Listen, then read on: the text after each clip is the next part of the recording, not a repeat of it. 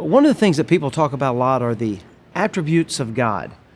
God's omnipresent, means He's present everywhere. He's omniscient, He knows everything.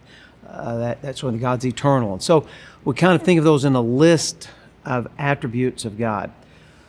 I don't really like the term attributes. I prefer the term perfections, because not only is God love, but God is perfect love. He's not just just, He is perfect justice. He's not just righteous, He is perfectly righteous. And so I prefer to call them perfections. But regardless of whether you call them attributes or perfections, the point is we kind of make a list of things that would describe God. Now, this can be both good and bad. This would be like if I was to ask you, describe your wife, or describe your dad, or even describe yourself. And you would kind of list off some attributes. If you're in a job interview and they were to say, describe yourself, you would probably give a list of things. I'm always on time. I'm courteous. I'm hardworking. I'm diligent. I can stay focused on a task. Like you kind of list out some attributes that you have. So we even do it with ourselves, and not just with God. The danger, of course, is that you become a list of attributes, not a person. And a person's dynamic. There's more to them than just a list. And there's more to God than just a list. The second danger, of course, is that no list can be fully comprehensive. There's impossible to make a list of everything about me. You can hit a lot of the major high points, or for a particular situation, you could list some attributes that I have that relate specifically to that task or that role or whatever it may happen to be. But the reality is there's no way to make a list that fully embodies everything about me, and I'm just Paul Smith. You can imagine trying to get a comprehensive list of God. It's impossible. So we run the danger of ignoring some things about God or not seeing God as being really beyond our ability to comprehend. But with that in mind, it is interesting that there are not very many lists like this in the Bible. If you ask someone to give you a list of some of the perfections of God, they're pulling them from a variety of places, from different verses and statements that are made in Scripture. However, there is in the book of Nahum a pretty lengthy list. It's not exhaustive, but a pretty lengthy list of many of the perfections of God, many of the characteristics or attributes of God. So I just want to look at Nahum 1 and just see how this prophet describes God. And it's in the context of a message celebrating the eventual destruction of the evil, wicked empire of the Assyrians, who at that time was dominating the ancient Near East and was dominating the land of Judah as well. And so Nahum, thinking about this, now begins to describe the God who's going to bring the downfall of this evil and wicked empire. So Nahum starts an oracle or message sermon concerning Nineveh, the book of the vision of Nahum of Elkosh. Now he just begins to just kind of list them off. The Lord is a jealous and avenging God. In the Bible, jealous means God does not want to share His people with other gods. It's used of a husband and wife and them being exclusive to one another. We're not talking about some obsessive, weird jealousy, which is normally what we think of as jealous, or being jealous of someone else. I wish I was like them or had what they had or was as popular as them or a voice like theirs or whatever it is. That's not the way. It means you belong to me and I expect you to be devoted to me. And so God is jealous. He expects His people to be devoted to Him. So connected with that, anyone that tries to get in between Him and His people, anybody that tries to, I'll use this terminology, seduce His people to go off and to serve another deity, God's going to bring justice to them. He is an avenging God. So He's jealous and avenging. The Lord is avenging and wrathful. The word wrathful means He's a master of anger. So God is angry against sin and wickedness. God is angry against those who want to deceive His people. But God's wrath never gets the best of Him. He's always in control. He's always a master. So His anger is just and pure and holy and righteous altogether. The Lord takes vengeance on His adversaries. And so His adversaries are the adversaries of His people as well. The Lord is slow to anger and great in power. The word slow to anger, one of my favorite descriptions in the Bible, it means long of nose, because when you get mad, you snort. And so it takes God a long time to snort. It takes a long time for that anger to explode, so to speak. That's good news, but it's also bad news. It's good that God doesn't get angry quickly. We would have been done when Adam and Eve ate of the tree. But it's also frightening because that means that it's building up. And so when God's anger does explode, it's usually with extreme force and prejudice. So he's slow to anger, and he is great in power. It's interesting, this phrase is used of Samson. It means a capacity to act, an ability to do what you want to do. You and I have some power, but the reality is we don't have the power to do anything we want. Oh, when people say, oh, you can do anything you want. No, you can't. No, you can't. I can't be 6'8". I'm 5'8". There's nothing I can do about that. I mean, I guess I could go buy hair, but that's just not the reality. I can't be 35 anymore. I'm 60. So there are lots of things. You can't do anything you want. You can't be anything you want. That's not within our power. But we do have power to do some things. God has unlimited power. God has the power to do all that he wants. So God always accomplishes his will because he's great in power. He has that strength like Samson did to always be victorious and always have his way. The Lord will by no means clear the guilty. This is a courtroom term, obviously. It means to declare someone innocent, to hit the gavel and say that you're innocent, free. And so through Jesus Christ, we have been declared free from sin, or at least free from the penalty of sin. So God doesn't do that to the guilty, to the wicked. He's not going to. He's going to hold their sins against them, and they're going to pay for it. And then they'll pull back around to that here at the end of the description.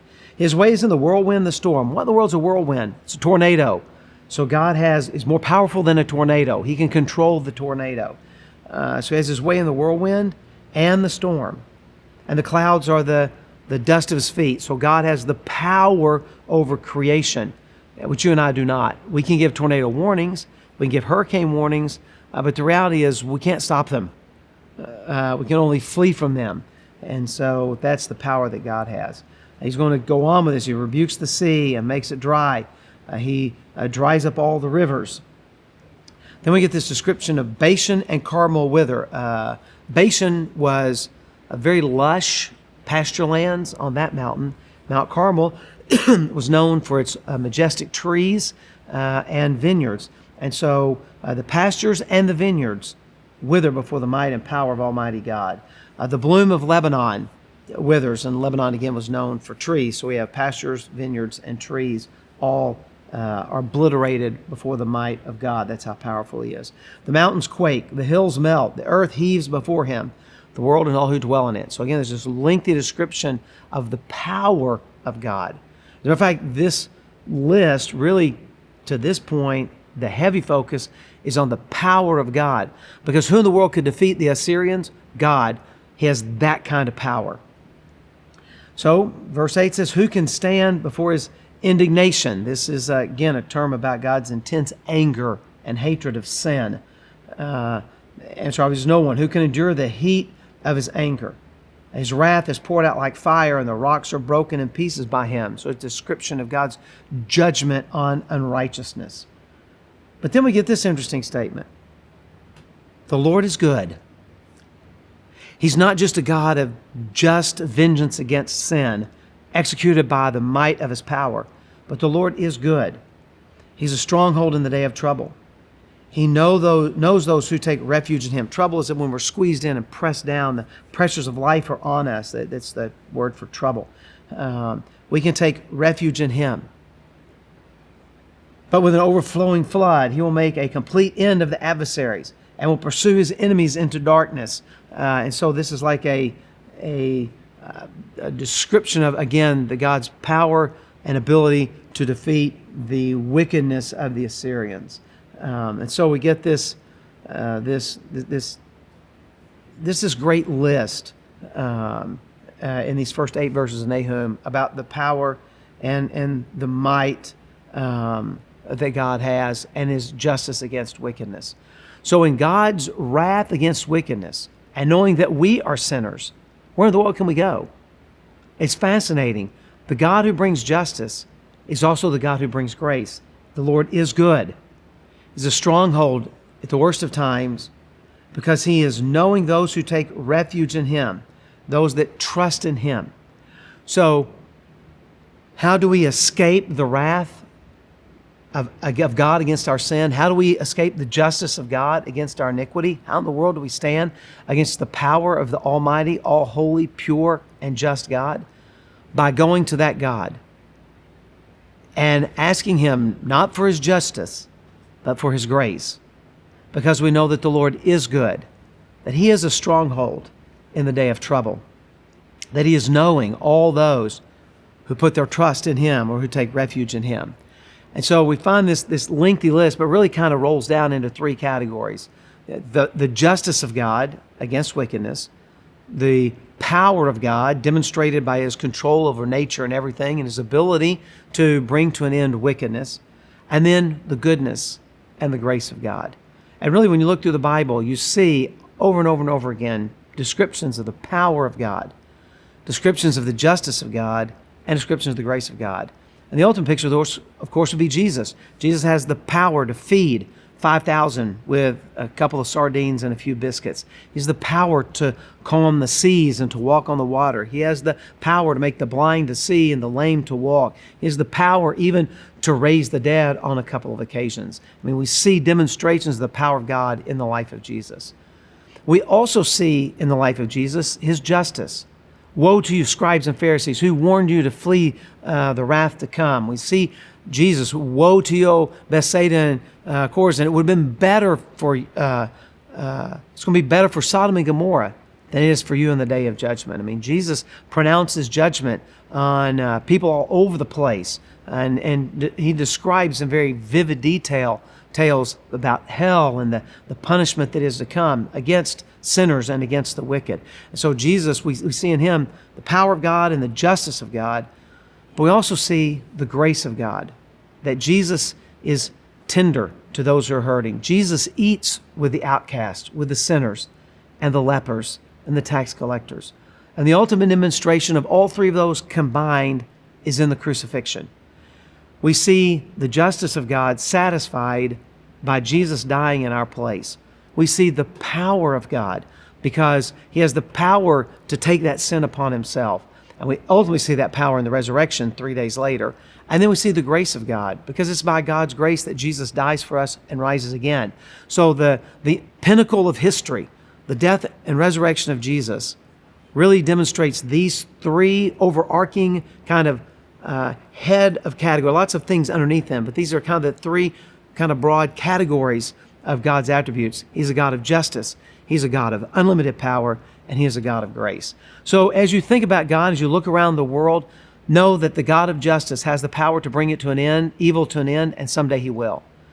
Know that even though you deserve the justice and wrath of God, you can flee to Him because He is good, and He knows those who trust in Him, and by His grace He will forgive you and grant you everlasting life.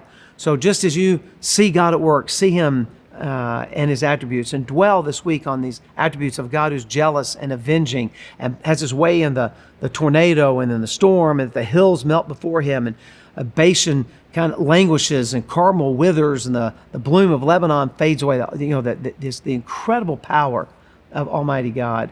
But man, I hope most of all that you relish in the fact that God is knowing those that trust in Him, that put their refuge in Him. So God bless you. I hope you have a great day and I hope you have a wonderful week.